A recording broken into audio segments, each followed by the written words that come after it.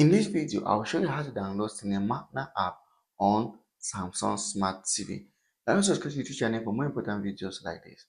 So if you have a Samsung Smart TV like mine and you're connected to internet and you want to download or install the Cinemana application on it, the first thing you have to do is to try and locate your app store.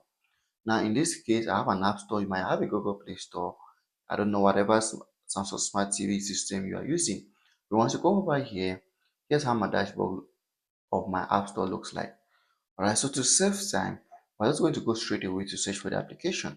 Once you come over here, you're going to type in Cinemana.